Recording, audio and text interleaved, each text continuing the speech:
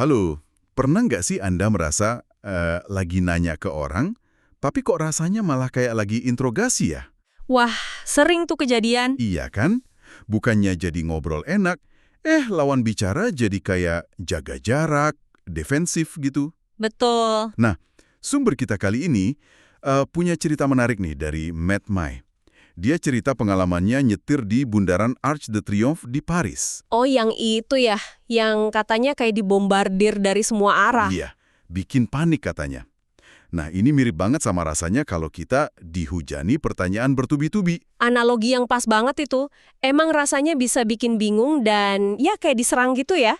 Nah, pembahasan kita kali ini, kita mau gali lebih dalam satu ide kunci dari buku The Coaching Habit. Oke, dari Michael Bunga Steiner. Betul, kita fokus ke bagian kelas master pertanyaan. Khususnya satu prinsip yang kedengarannya simple tapi penting banget. Tanya hanya satu pertanyaan dalam satu waktu. Satu aja ya. Jadi misi kita nih, kita mau bedah kenapa sih aturan sederhana ini, satu pertanyaan bisa kuat banget dampaknya buat Anda.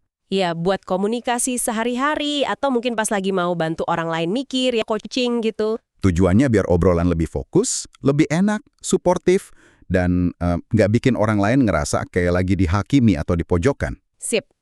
Kita mulai dari masalahnya dulu kali lah, yang di buku itu disebut rentetan pertanyaan atau drive-by questioning. Oke, drive by questioning. Gimana tuh? Itu loh kebiasaan kita, kadang nggak sadar, nanya beberapa pertanyaan sekaligus. Belum dijawab yang satu udah nanya lagi. Nggak ada jeda buat mikir. Kayak cerita Matt May tadi ya berarti. Yang dia sampai panik, tangannya kaku di setir, mobil kayak datang dari mana-mana. Ya, persis sumbernya bilang gitu.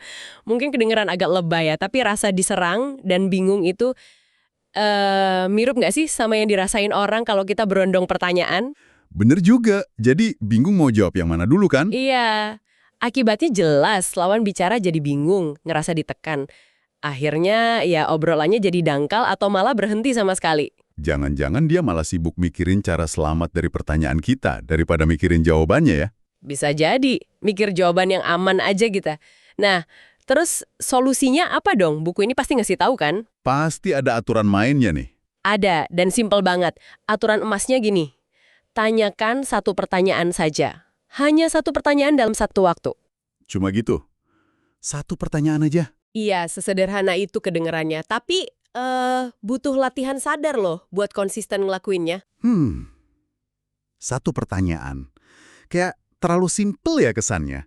Tapi kenapa sih ini dianggap penting banget? Bedanya apa buat kita? Bedanya gede loh. Pertama, ini langsung ngubah suasana obrolan. Kalau cuma satu pertanyaan, kita kayak ngasih ruang aman buat ngobrol, bukan malah jadi kayak arena interogasi. Oh, jadi orang lebih rileks gitu ya? Nggak perlu siap-siap bertahan. Betul, jadi lebih terbuka. Ini penting banget, apalagi kalau konteksnya coaching. Kan tujuannya bantu orang mikir, bukan cuma kita yang dapat info cepat. Oke. Jadi ini bukan cuma soal sopan santun ya, tapi lebih ke menciptakan kondisi psikologis biar orang bisa mikir jernih. Menarik. Terus apa lagi? Kedua, ini soal kejelasan dan fokus.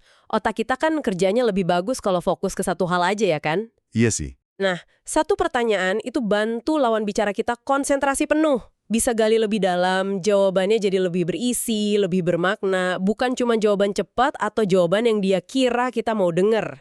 Justru dengan pelan-pelan dan cuma tanya satu, malah bisa mempercepat pemahaman yang mendalam ya. Paradoks gitu. Bisa dibilang gitu, kita jadi hindari jawaban-jawaban permukaan yang sering muncul karena orang merasa dikejar-kejar. Masuk akal. Ada lagi nggak manfaatnya? Ada dong. Yang ketiga, ini bentuk penghargaan sebetulnya. Penghargaan gimana maksudnya? Ya, dengan kita ngasih jeda, ngasih waktu buat orang mikir dan jawab, itu sama aja kita bilang, pendapat kamu penting loh, saya tungguin. Oh iya. Menunjukkan respek gitu ya? Betul. Secara nggak langsung, itu nguatin hubungan juga. Oke, aturannya jelas, manfaatnya juga kuat banget rasanya. Tapi kan kita tahu ya, ngubah kebiasaan itu, nggak gampang. Buku ini kasih tips nggak sih buat ngelatih diri? Ada. Buku ini nyaranin pakai kerangka bangun kebiasaan yang standar aja. Kenali pemicunya, kebiasaan lamanya apa, terus ganti sama kebiasaan baru. Gimana tuh contohnya? Kira-kira gini strukturnya. Pemicu, tiap kali saya selesai nanya satu pertanyaan. Kebiasaan lama. Nah, biasanya kan gatel tuh, pengen langsung nambahin pertanyaan lain atau klarifikasi atau ngasih contoh. Iya, nggak sabaran atau takut hening gitu ya. Nah, itu dia. Mungkin karena penasaran, nggak sabar, atau takut diam-diaman. Kebiasaan baru. Saya bakal tanya hanya satu pertanyaan itu aja. Nah, ini bagian pentingnya nih. Saya bakal diam dan bener-bener dengerin jawabannya. Wah, bagian diem dan nunggu itu kayaknya yang paling susah ya. Rasanya kikuk gitu, pengen cepet-cepet ngisi kekosongan. Bener banget. Padahal keheningan setelah kita nanya itu seringkali bukan kosong, tapi isinya ya proses mikir lawan bicara kita. Justru di situ magicnya ya. Persis, ngasih ruang biar pikirannya muncul ke permukaan. Makanya butuh latihan sadar buat nahan diri, nggak nyela atau nambah pertanyaan baru buru-buru. Oke, jadi kalau kita rangkum nih ya, inti pembahasan kita kali ini tuh soal menemukan kekuatan dalam kesederhanaan.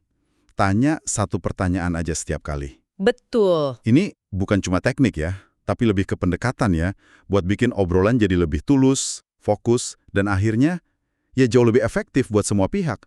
Kita jadi nggak bikin orang bingung atau ngerasa terintimidasi. Tepat sekali. Ini fondasi penting. Gak peduli Anda itu pemimpin, rekan kerja, orang tua, atau ya sekedar pengen punya obrolan yang lebih berkualitas aja dalam hidup sehari-hari. Fokus ke kualitas pertanyaan dan ruang buat jawabannya ya, bukan kuantitasnya. Sip. Nah, sebagai penutup nih, mungkin ada sesuatu buat Anda renungkan. Coba deh ingat-ingat lagi obrolan terakhir Anda.